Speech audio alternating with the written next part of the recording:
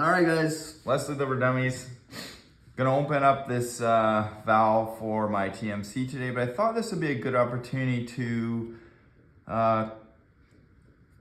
give a quick and dirty on why these blowforwards aren't as good for less lethal. You know, when you're actually looking for kinetic power, and it's fairly simple.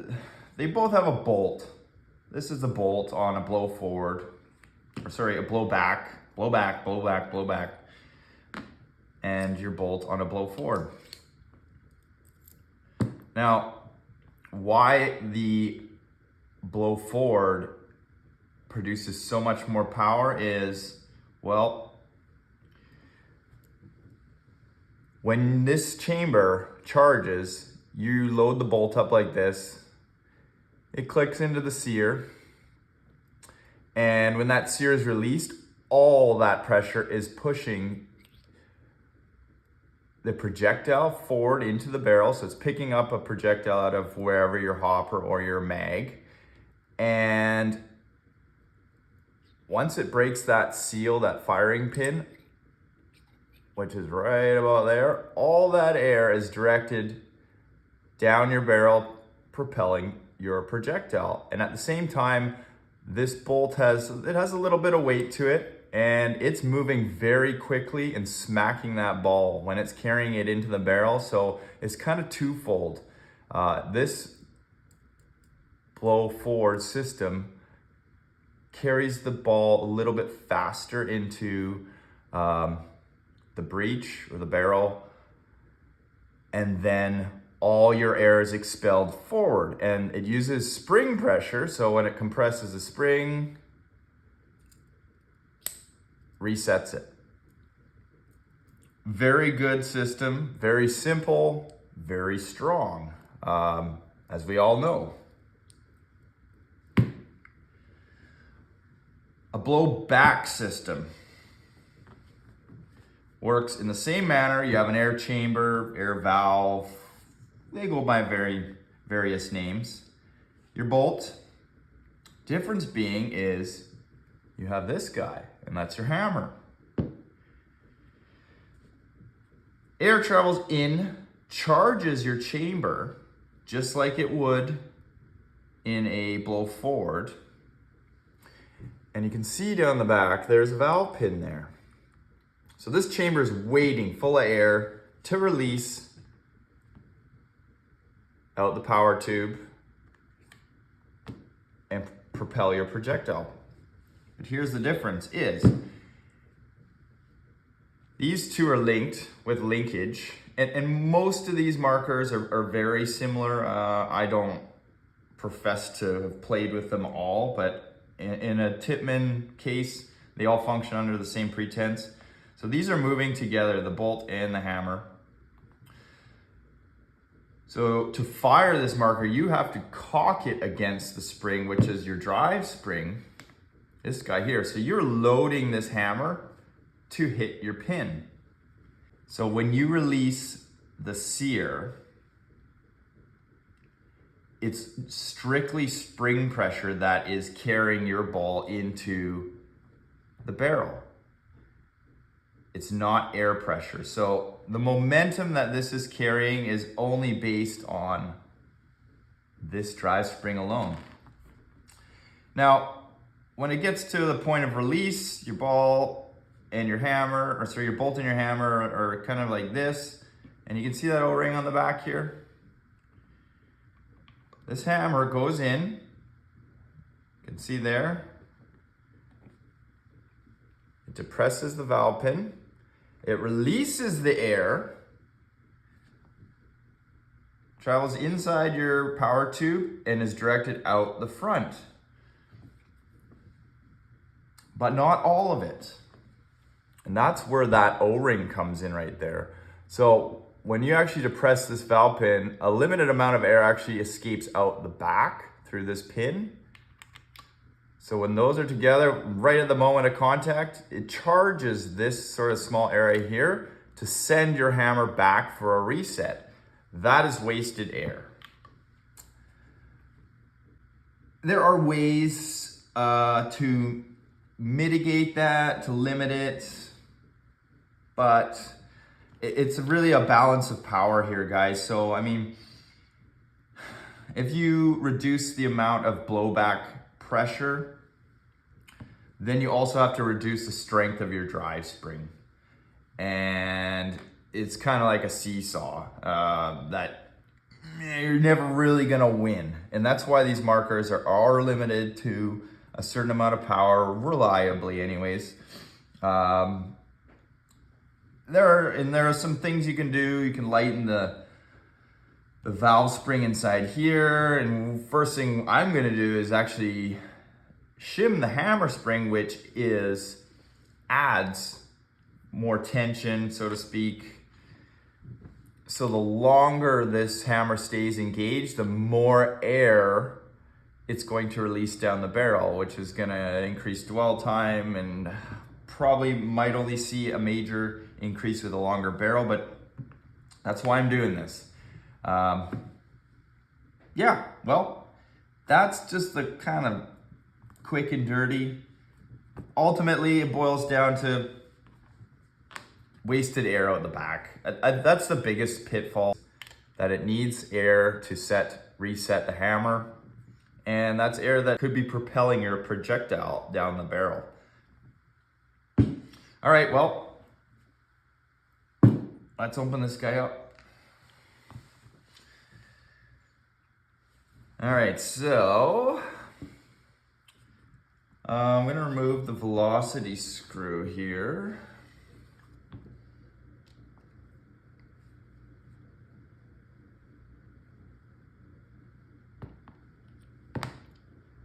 Now this power tube is just plastic. There are upgrades for the 98 and the A5 to aluminum tubes. My understanding is they don't fit. They are longer or fatter, I don't know. I actually ordered one, so we'll see if there's anything that can be done. This velocity screw doesn't actually, this is just a straight set screw, so it's not a taper thread. So its sealing ability is strictly pretty much by just cutting into this plastic. I can't turn this by hand, so it does make a pretty good seal, I'm assuming, at probably paintball pressures, but maybe what we're gonna do with it, may have to seal that screw up better, maybe some thread sealant or Loctite or what have you. But in any case, let's take that guy out of there. I'm actually gonna check that size too before anything else. All right, so take that out, take the velocity screw out. 7/16 socket will remove this fitting here. This fitting has a green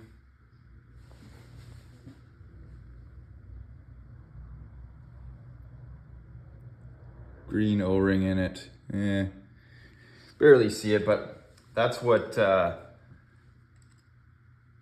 these tubes, they just press in like that, and that's how they seal. So they're not gonna fall out or anything, but just be mindful they're in there. Oh, and looking at this, I did see a bunch of probably pipe dope in there or something. There's some sort of sealant, so more than likely I'm gonna have to reseal this once I open it.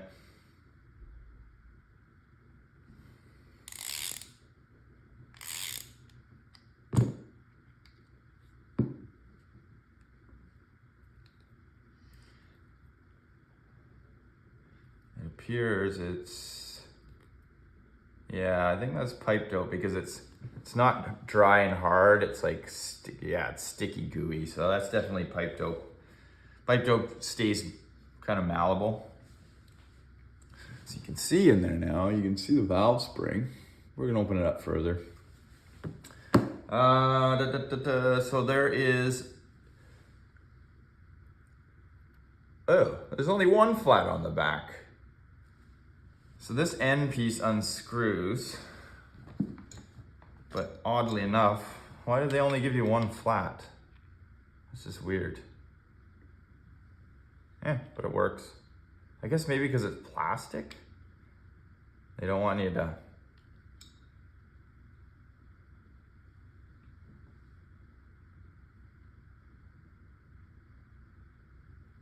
Oh, you know what? I think it just pulls out. What do we got here? I need a big long Allen key.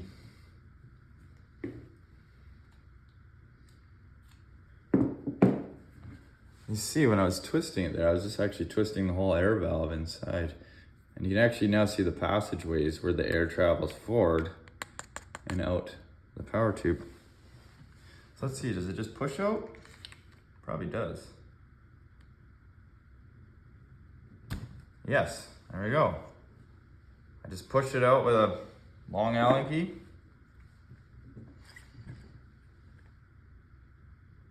And that's your power tube. Man, it's been a long time since I looked at one of these. Wow. Like, I don't know if you can get an idea, but this is cheap. It really is just containing the device, the valve, but at the same time, I don't know. Might have to do something about that. We'll see how it survives after we wail on it a little more. I mean, it was handling good hog of CO2, and maybe that's the reason it does so well. All right. What do we have here? So this is the air valve. It's got an O-ring seal that seals into the power tube.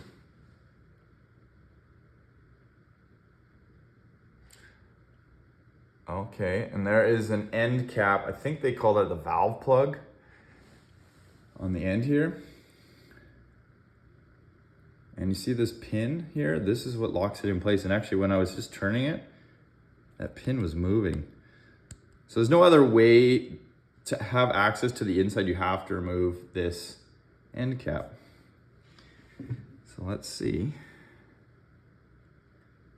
It's really simple. Like, literally, I just push the pin. Really easy. Oh, bam. All right. Just like that, you can see the end cap come out.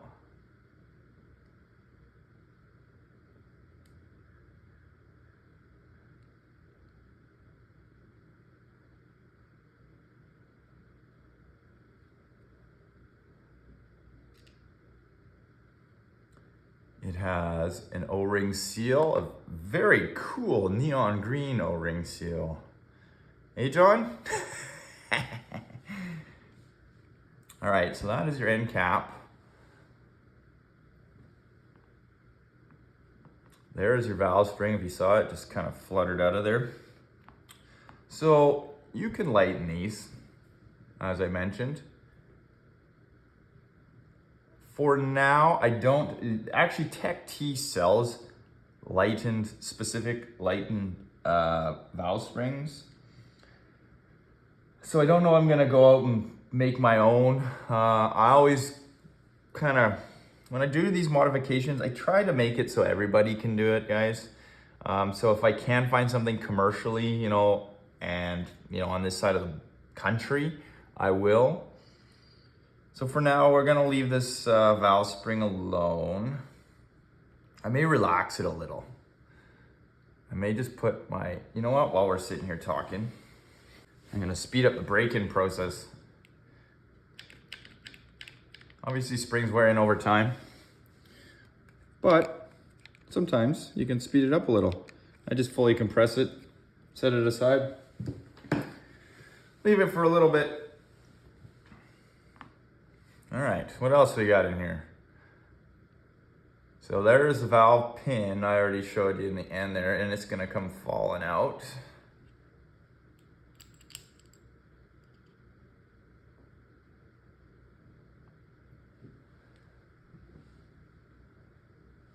There you have it. And it's like a plunger. What you can't see, and I don't know that I'll be able to get it out of there, Let's try something here. There's another seat, another brass seat down inside there that this actually seals up against. You kind of see that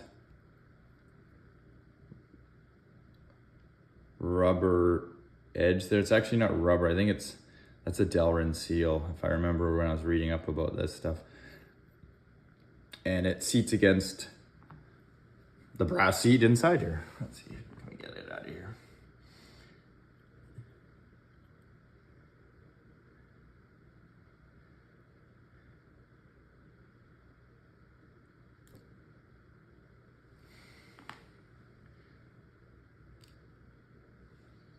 And there is your brass seat.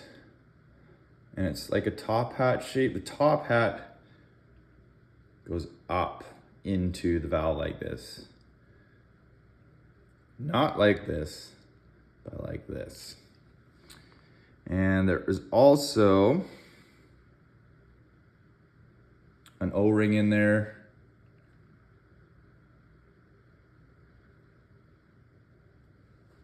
I don't know, guys. Maybe you catch it. It's another neon green O-ring down there. I'm not gonna touch that. Yeah, it looks perfectly happy down there. But what I will show you is valve pin, the valve seat. That is how it makes a seal. So when the hammer strikes this, it cracks this open. Air is allowed to travel out these vents, ports, and they travel down these slots into your bolt.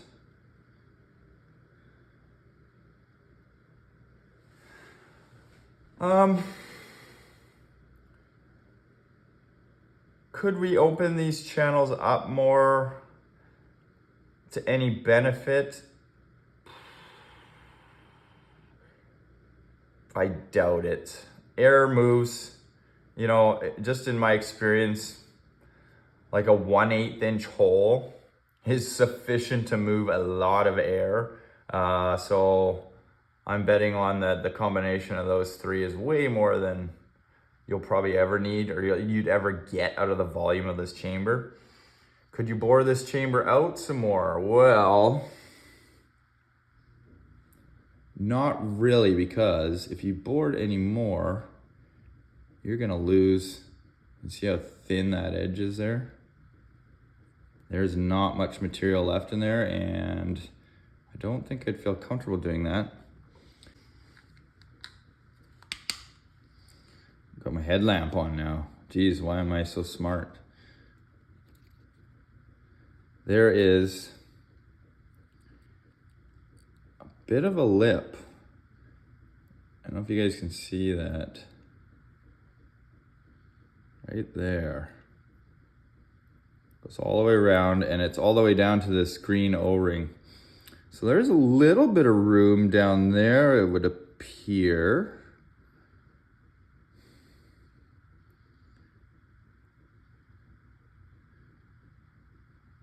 I don't know if I got anything small enough right now to get that far down in there. It's pretty deep down there. So that edge starts right about here. All my Dremel bits are like little stubby guys. I probably have to get an extension.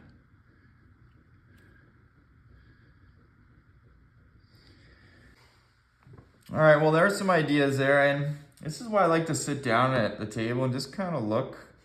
I'll stare at this thing, you know, just blindly for quite some time, thinking about how it functions. And you know what? That lip that I spoke about, the longer you stare at something, the more you understand it, is actually, oh, that's why. It's over here. That is what the spring seats on, I think. Nope, it doesn't.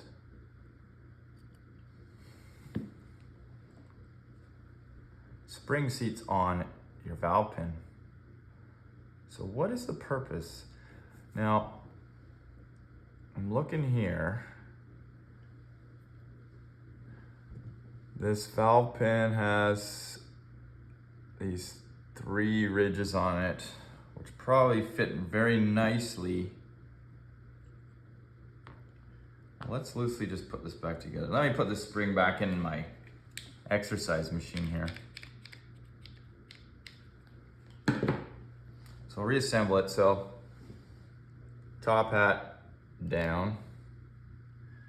Make sure it flips the right way.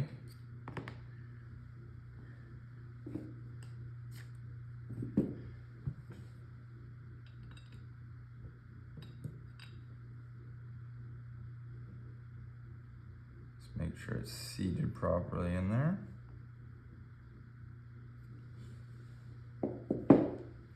And we'll drop our pin in there. I want to see how this thing kind of coincides. Yeah, so those sort of 3 nips on the edge there actually are for alignment. So if you open that extra material up, it may cause some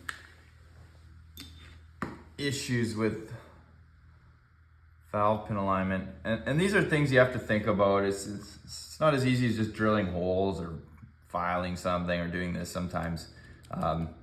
These were designed to function in a certain manner, so some of these functions you got to retain, otherwise they are not going to be reliable.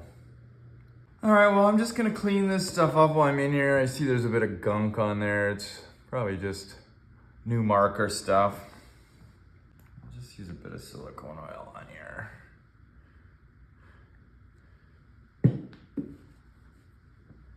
Just gonna put some silicone on this brass top hat here, because I didn't bring a Q-tip to get all the way down onto that O-ring that's down at the bottom there. So this should be sufficient.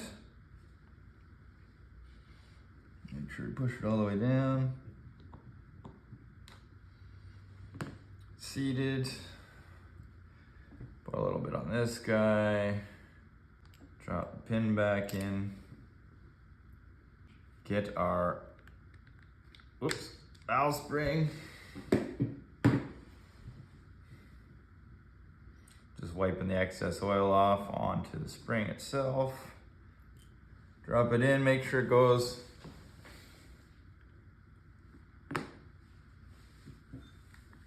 Make sure it fits properly over that. Ew. Make sure it fits properly over that poppet.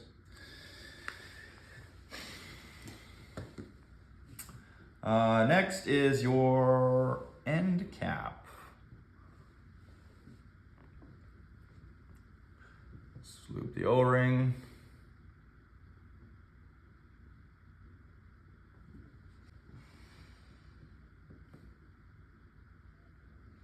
Another way I'm just looking here, you could slightly increase the volume is, so,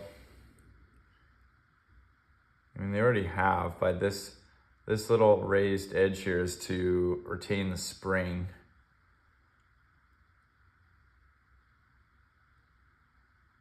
But it's no wonder they just didn't drill. Oh, they didn't drill all the way in because the recess for the O-ring. If they made this hole wide enough, like made a pocket for that spring to go into, then I think they'd be into this groove, and then obviously you lose your O-ring seal.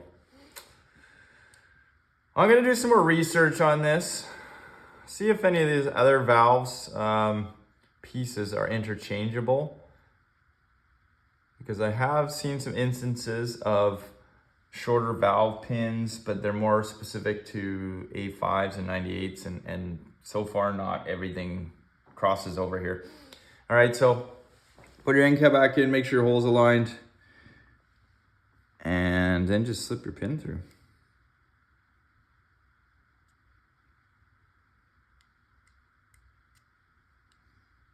Once you get it through like that, just release the tension, boom.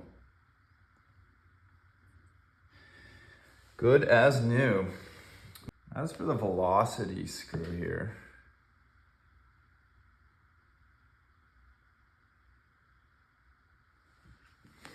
I'm gonna put my headlamp on for this. So this is this is a good one to actually show you guys.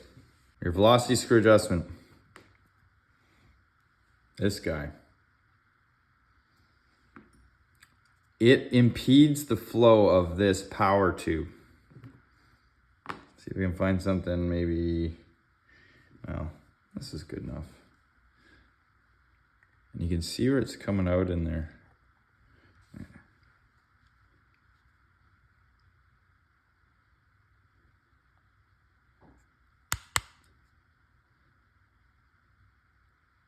So you can see me pulling it in and out.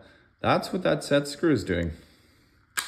It is merely blocking, restricting the flow in this power tube. There it is. See it starting to peek through.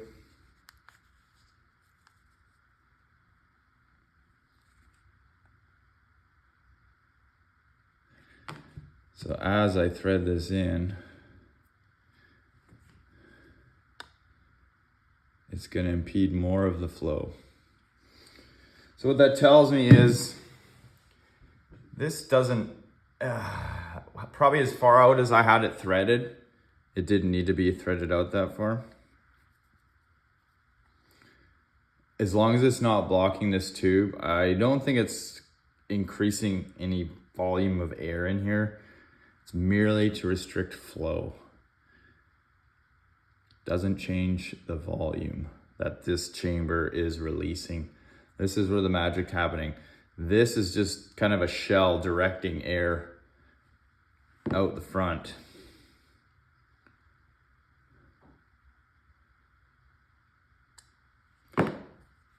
We are gonna plug that up probably permanently here. Just to avoid any hassle. So adding an expansion chamber here is going to do nothing, unfortunately, except it actually might reduce velocity because air doesn't travel through there until this valve releases it. Instead of it going down, if you had a chamber on here, it actually might just start filling the chamber and you're gonna get reduced flow down the power tube. Let's see if I can find what thread this actually is. 5/16 18. So it's, sorry, 5/16 24. So it is a fine thread set screw. But let's be clear. This isn't gonna, you're not gonna get any magic increase from here. So long as you're not blocking this port, you are good. So I'm gonna wind it in until I just see it peaking. I'm not peaking out, I'll dial it back 1. So what I did is I just wound it in.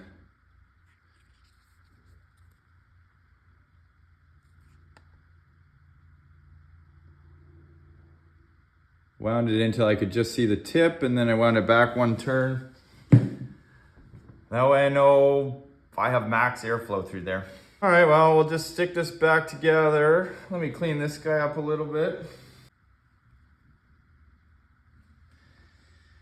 All right, now you just gotta reassemble your valve into your into your power tube here. Obviously, the alignment, this hole has to meet up with this hole. I will put a little bit of lube on that O-ring there. Push it together. Like that. You can see how it's lined up there. And this little air fitting was pipe doped. I don't have any, so I will just use some blue lock tape. I did clean all the pipe dope off and out of there, just using some brake clean on a rag. Again, I'll just be using medium strength, which is removable. And it's only gonna need a dab, guys.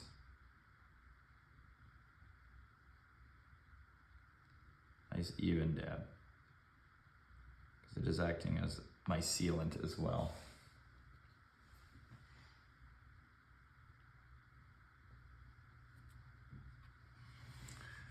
I'll just throw it back in. Now, you could possibly tighten this, over tighten this, and actually bind the valve spring inside. So I'm not gonna use a ratchet. I'm just gonna use a driver, and I'm just gonna do it like snug.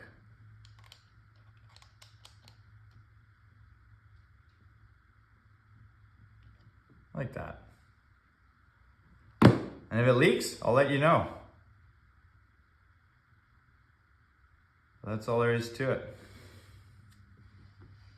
Well, got an idea of what I can do in there. Hopefully you guys have a better understanding. And hey, if you got an idea, shoot over in the comments. I'm always open to suggestions if there's something I overlooked. All right, on to the next one.